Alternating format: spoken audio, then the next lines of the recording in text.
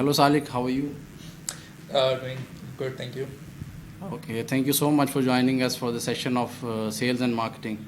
So I would like to explore some of few of your personal and professional experience about sales and marketing. All right, go ahead. So here are some questions for you.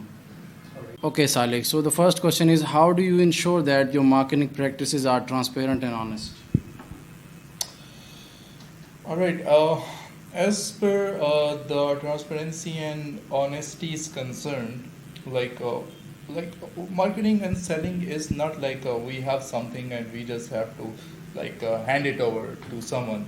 Like when it comes to marketing and sales, we first of all see like what is needed, like what our prospect, what the buyer is looking for, what he's seeking for. So the thing what actually he's seeking, we provide we sell that thing to that prospect.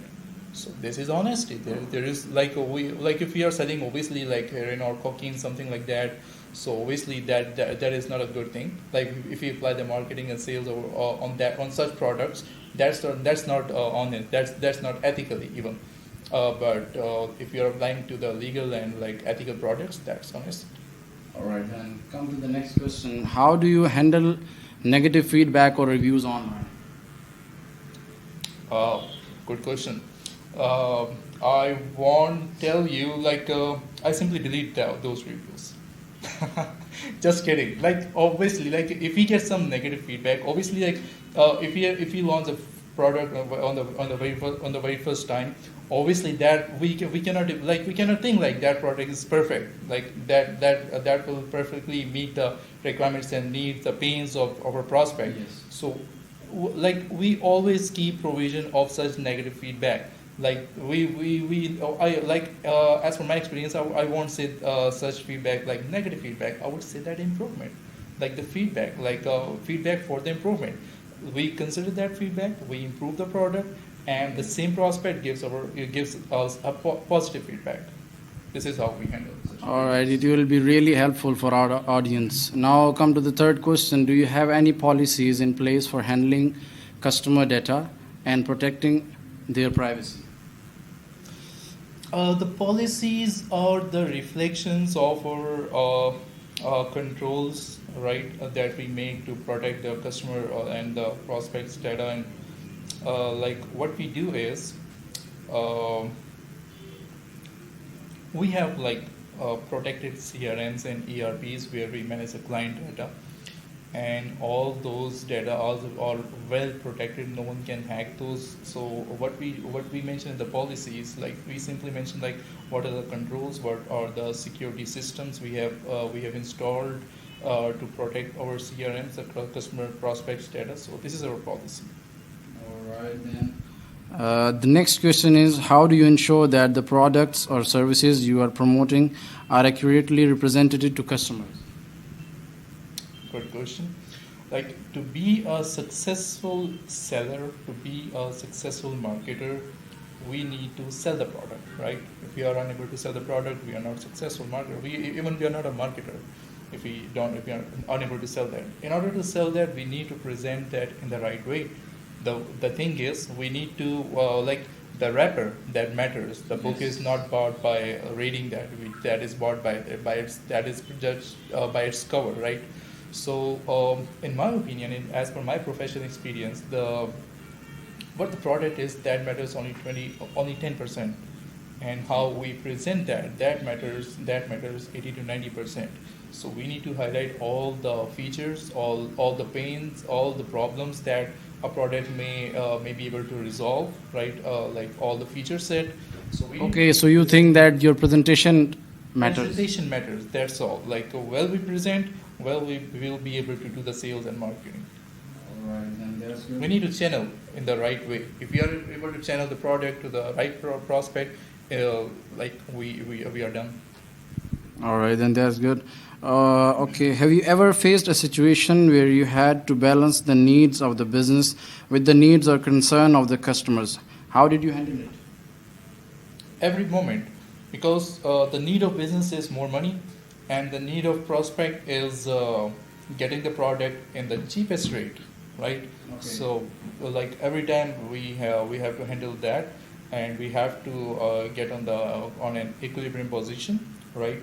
So we get from the customer what he can afford to pay the price for the values we are providing him, and this is what we are delivering him. Like this is the customer concerns, and he pay less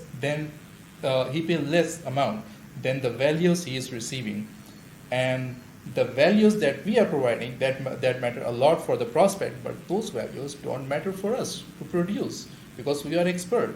Maybe you are doing something like I'm expert of producing like a cell phone. I can produce that cell phone in $10, and might be you will be when you will be producing that cell phone for the first time. Maybe you will be spending a lot of dollars, maybe $1,000 to produce one cell phone. So that will cost you a lot. So you won't be able to sell that in $20 to a prospect. I can sell that in $20 because that cost me $10 only. So the producing those values doesn't cost us because we are the expert, right? That doesn't take us too much time. That doesn't take us too many dollars. So we can afford that. We can that costs us less, but the value that we are getting, $20, that matters to us, and that $20 doesn't matter to the prospect who is paying that price. Okay, so here is a point that you must be experienced and you must have a lot of experience about that product. Experience matters. The scale of production matters. When you're producing one unit, that will cost you a lot. If you're producing like in bulk, like that will cost you less. Right? Yes, in this way you can produce a cell phone in just $10. Expertise matters, and expertise matter first of all, and the second, with the passage of time, you minimize, you cover up all the roadblocks. You don't have any roadblock, and no challenge. You know perfect, like how you know how to perfectly align the resources to produce that thing. So there is no problem to produce that thing. On the other side, you're producing in the bulk, so per unit cost will be less. And on the third side, you can say that I think so. That's all. What I produce, that doesn't cost me, but what I produce, that matters for the prospect because that worth a lot to him. He's ready to pay $100 for that, but I will charge him only $20 because that costs me only $10. Like 50% margin is good for me. Okay, then that's good. So how do you approach cultural sensitivity in your marketing efforts? I guess culture versus marketing is the pro tip, and very sensitive and pro tip, or you can say a secret tip for all the marketers who understand what the marketing is. The product itself is marketing actually, for its marketing actually. As far as I think, if I get a new product and I am said to market this in the specific geographical region, so what I will do, I will first of all, I will see what is the culture of that geographical region, right? If I can attach a product with a culture, I'm done with the marketing. That product will that will be spreading the market like boom. How?